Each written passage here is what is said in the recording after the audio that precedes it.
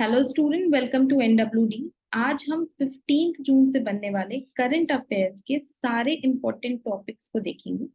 तो चलिए हम देखते हैं अपने पहले टॉपिक को। तो हमारा जो पहला टॉपिक है वो है संकल्प प्रोग्राम। ठीक है, ये क्या है? सो बेसिकली संकल्प का फुल फॉर्म होता है skill acquisition and knowledge awareness for livelihood promotion. तो जो हमारी गवर्नमेंट है उसका मेन एम है इस प्रोग्राम को लेके कि जो हमारी पॉपुलेशन है वो स्किल को एक्वायर करे और उसको नॉलेज का अवेयरनेस हो। ठीक है, ताकि वो लाइवलीहुड का प्रमोशन कर सके। ठीक है, ये जो प्रोग्राम है ये लॉन्च किया गया था 2018 में और इसकी जो नोडल मिनिस्ट्री है वो है ministry of skill development and entrepreneurship, जिसको हम शॉर्ट में MSDE भी बोलते हैं। ठीक है, अब ये जो हमारा पर्टिकुलर प्रोग्राम है ये वर्ल्ड बैंक से लोन असिस्टेड प्रोजेक्ट है और इसका जो मेन फोकस है वो है इंडिया को ट्रांसफॉर्म करने करने का एक ऐसे इकोसिस्टम में जहां मैक्सिमम पॉपुलेशन जो हो वो स्किल्ड। ठीक है, हम जैसे एक कंट्री को जानते हैं जिसका नाम है चाइना। तो चाइना के डेवलपमेंट में उसका सबसे बड़ा जो रोल है वो उसकी स्किल्ड पॉपुलेशन का है। ठीक है, इंडिया में एजुकेशन तो है बट पॉपुलेशन स्किल्ड नहीं है। जैसे आज के डेट में बहुत सारे सेमीकंडक्टर्स हैं जिसका यूज मोबाइल फोन्स में हो रहा है। अब उसके इंस्टॉलेशन के लिए स्किल्ड लेबर की जरूरत है, बट इंडिया में वो चीज नहीं है, जिसकी जो मेजर रीजन है अनएम्प्लॉयमेंट का।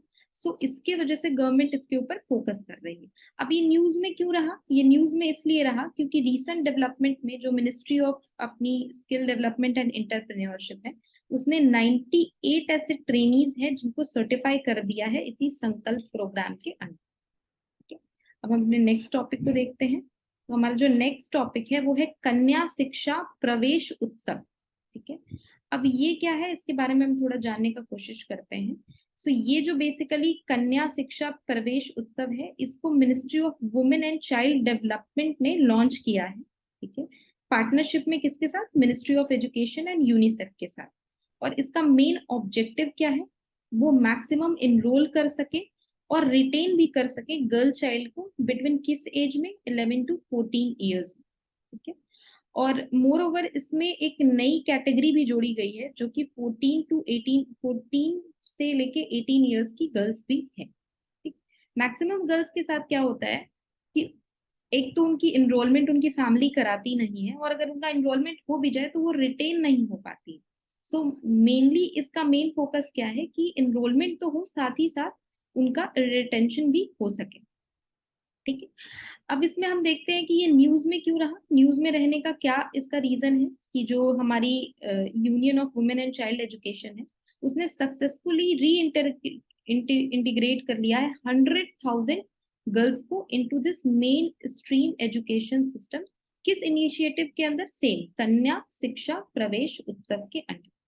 ठीक है, अब हम थोड़ा सा देखते हैं हिस्ट्री को कि ऐसी कौन कौन सी स्कीम्स है जो गवर्नमेंट पहले लेकर आई है ताकि एजुकेशन को प्रमोट किया जा सके या मोटिवेट किया जा सके स्टूडेंट्स को ताकि वो स्कूल आए। ठीक है, तो इसके अंदर सबसे पहले सर्व शिक्षा अभियान, पढ़े भारत बढ़े Bharat, national programme for education for girls at elementary education, mid day meal scheme, बेटी बचाओ बेटी पढ़ाओ एंड कस्तूरबा गांधी बालिका विद्यालय। सो ये सारे स्कीम्स हैं जो गवर्नमेंट लेके आई है। हम कुछ कॉन्स्टिट्यूशनल प्रोविजंस को भी देखेंगे जो एजुकेशन से रिलेटेड है। सो इनिशियली क्या था जब हमारा कंट्री में नया नया कॉन्स्टिट्यूशन बना तो आर्टिकल 45 एंड 39F के DPSP के तहत, ठीक है, इस चीज को डाला गया कि एक एजुकेशन सिस्टम होना चाहिए जो स्टेट फंडेड हो और एक्सेसिबल। ठीक है, उसके बाद रामामूर्ति कमेटी के रिपोर्ट पर राइट टू एजुकेशन को सबसे पहले ऑफिशियली ड्राफ्ट किया गया डॉक्यूमेंट के रूप में 1990। फिर 1993 ने सुप्रीम कोर्ट ने एक अपना लैंडमार्क जजमेंट दिया कि education should be a fundamental right flowing from article 21। Article 21 क्या है? Right to liberty. ठीक है, या राइट टू लाइफ, और लाइफ के लिए हमारा फ्रीडम से जीना बहुत जरूरी है। ठीक है, तो इसके लिए क्या था? ये जजमेंट किस केस के अंदर था? Unni Krishnan JP versus state of Andhra Pradesh के लिए था। ठीक है, अब इस जजमेंट को देखते हुए गवर्नमेंट ने क्या किया, उसने एक तपस मजुमदार कमेटी बनाई 1999 में, जिसने क्या किया, इंसर्ट किया आर्टिकल 21A में right to education. Finally 86th constitutional amendment 2002 के तहत राइट टू एजुकेशन को एक फंडामेंटल राइट बना दिया गया हमारे कॉन्स्टिट्यूशन में। ठीक है, और इसको देखते हुए एक लेजिस्लेशन, एक लॉ भी पास किया गया था इन 2009, जिसको कहते हैं राइट टू एजुकेशन। सो ये फुल बैकग्राउंड था हमारा। और अभी इनिशियली क्या है कि ये कन्या शिक्षा प्रवेश उत्सव जो है वो न्यूज में। नेक्स्ट हम देखते हैं हिरोशिमा एआई प्रोसेस हैप, ये हमारा थर्ड इंपॉर्टेंट टॉपिक है। ठीक है, अभी क्या हुआ है कि रिसेंटली एक समिट हुआ है हिरोशिमा में G7 कंट्रीज का। ठीक है, अभी ये G7 कंट्रीज कौन कौन सी है, तो नॉर्थ अमेरिका में अगर आप देखेंगे तो कनाडा है, यूएसए है, यूरोप में यूके, जर्मनी, इटली, फ्रांस, और एशिया में जापान है। ये हमारा पूरा G7 कंट्रीज है। अब इसमें क्या है कि ये जो है ये किस चीज की बात कर रही है, ये बात कर रही है आर्टिफिशियल इंटेलिजेंस का यूज करने के लिए, ताकि ये ग्लोबल प्रोजेक्ट्स पर ये ध्यान दे सके। ठीक है, अब इसको छोड़ के अगर हम देखा जाए इंपॉर्टेंस ऑफ दिस प्लेस, ये हिरोशिमा जो प्लेस है इसका क्या इंपॉर्टेंस है, तो ये सेकेंड वर्ल्ड वॉर के थ्रू जो बॉम्बिंग हुई थी उस टाइम पर ये बहुत ज्यादा न्यूज में रहा था, क्योंकि यूएसए ने दो बॉम्ब गिराए थे दो प्लेस ऑफ जापान पे, एक हिरोशिमा था, दूसरा नागासाकी था, अगस्त 8 और अगस्त 9 को। और जो हिरोशिमा पे बॉम्बिंग हुई थी, ठीक है, उस बॉम्ब का नाम था लिटिल बॉय बॉम्ब्स। एंड जिस फ्लाइट से इसको गिराया गया था उसका नाम था B-29 इनोला एगे। ओके, सो ये इसका हिस्टोरिकल इंपॉर्टेंस है इस पर्टिकुलर प्लेस का। अब हम अपने नेक्स्ट टॉपिक को देखते हैं। जो हमारा नेक्स्ट टॉपिक है वो है पीएम मातृ वंदना योजना। अब ये क्या है पीएम मातृ वंदना योजना? सो बेसिकली ये जो योजना है ये centrally sponsored direct benefit transfer है, जिसको लॉन्च किया गया था 2017 में। ये एक तरह का कैश इंसेंटिव प्रोग्राम है। बेसिकली क्या होता है, जब भी कोई वुमेन प्रेग्नेंट होती है या चाइल्ड बर्थ के बाद जो चाइल्ड को केयर का एक टाइम पीरियड होता है, उस बीच क्या होता है, वो अपना बहुत सारा वेज लॉस कर देती है, मतलब अपना इनकम या सैलरी वो लॉस करती रहती है। तो गवर्नमेंट ने एक कोशिश किया है कि वो पार्शियल कंपनसेशन कर सके इस वेज लॉस का।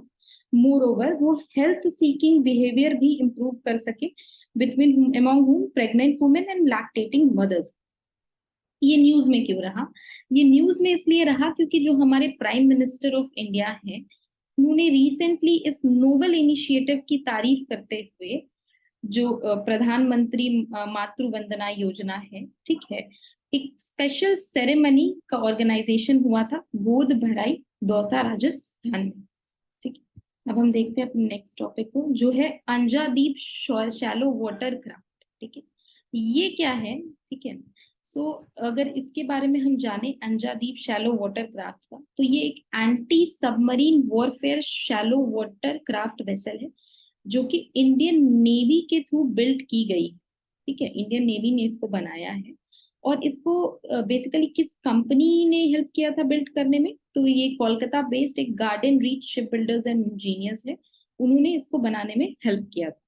ठीक है, अभी क्या है, ये कौन सा, ये 8th शिप है anti submarine warfare shallow water craft की, ये 8th शिप है जिसका नाम अंजादीप।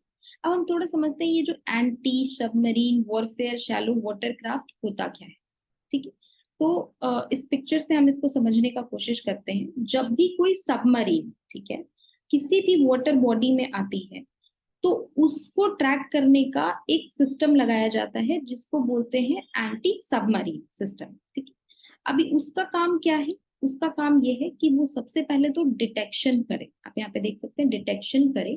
ठीक है, mainly search and locate possible submarine, अगर वाटर के अंदर कोई सबमरीन है तो उसका डिटेक्शन हो सके, फिर उसका एक क्लासिफिकेशन हो सके। ठीक है, कि ये जो सबमरीन है या सबमरीन नहीं है, क्योंकि वाटर बॉडी के अंदर वेल और बहुत सारी चीजें चलती रहती है, तो उसका क्लासिफिकेशन भी जरूरी है आफ्टर डिटेक्शन कि वो सबमरीन है या नहीं। फिर जो नेक्स्ट वर्क है वो है इसका आइडेंटिफिकेशन। आइडेंटिफिकेशन किसको कहते हैं? आइडेंटिफिकेशन कहते हैं कि उसका वेरिफिकेशन हो सके कि ये जो सबमरीन है वो अपनी फ्रेंडली सबमरीन है या अपनी एनिमी सबमरीन। और एक बार जब उसका आइडेंटिफिकेशन हो जाता है तो देन उसकी ट्रैकिंग हो सके, कि उसके मूवमेंट की ट्रैकिंग हो सके, ठीक है, और उसको एंगेज भी किया जा सके अगर जरूरत हो तो, ठीक है। अब ये जो पूरा प्रोसेस है डिटेक्शन, क्लासिफिकेशन, आइडेंटिफिकेशन और ट्रैकिंग का, ये हम वेरियस मेथड्स के थ्रू करते हैं। चाहे तो हम इसको एयरक्राफ्ट की मदद से कर सकते हैं या सरफेस शिप्स की मदद से कर सकते हैं, खुद सबमरीन भी या आर्टिफिशियल इंटेलिजेंस गैदरिंग भी इसमें हेल्प करता है हमारी, ठीक है। तो ये जो हमारा शैलो, ये जो हमारा anti submarine water warfare shallow water craft है, ये बेसिकली एक वाटर क्राफ्ट है जो इस पूरे प्रोसेस में हमारी हेल्प करेगा, ठीक है। ये कैसे काम करता है, तो आप यहाँ पे ये देख सकते हैं, ठीक है, कि ये एक तरह का सोनार जो है या रडार आप बोल सकते हैं, ये इस तरीके की चीज को रिलीज करता है, ठीक है। यहाँ पे हमने इंस्टॉल किया हुआ है इसको, सोनार सिस्टम को, और ये जब अपने सोनार ये करता है तो अगर कोई भी सबमरीन वाटर के अंदर हो तो उसको वो डिटेक्ट कर पाता है, ठीक है। अब एक हम अंजदीप का वर्किंग देखते हैं कि ये है अंजदीप टोटल, इस तरह की वॉरफेयर शिप्स होती हैं। अब इसमें क्या होता है, आप यहाँ पे देख सकते हैं कि यहाँ पे सबसे पहले मिसाइल्स लगी होती है, जैसे ब्रह्मोस और डीएल यहाँ पे होता है, और ये मिसाइल लॉन्चर होता है, ठीक है।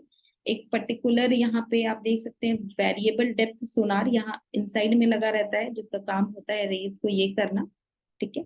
रडार सिस्टम लगे होते हैं, और इस तरीके से बेसिकली ये पूरा submarine warfare shallow water craft काम करता है। अभी नेक्स्ट जो हमारा टॉपिक है वो है सुप्रीम ऑडिट इंस्टीट्यूशन। ये क्या है supreme audit institution? So basically क्या हुआ है कि जो हमारी कंप्यूटर एंड ऑडिटर जनरल है, कैग जो है, ठीक है, उसने अभी रिसेंटली कहा है जितने भी सुप्रीम ऑडिट इंस्टीट्यूशन है उसको एआई बेस्ड गवर्नेंस सिस्टम को यूज करने के लिए, ताकि वो ऑडिटिंग कर सके, ठीक है। सो बेसिकली क्या है कि जो कैग है वो ये कहना चाहती है कि अब जो भी पुराना मेथड था हमारा ऑडिटिंग का उसको छोड़िए और हम शिफ्ट हो जाते हैं आर्टिफिशियल इंटेलिजेंस बेस्ड ऑडिटिंग की तरफ या ऑडिटिंग टेक्निक्स की तरफ, ठीक है।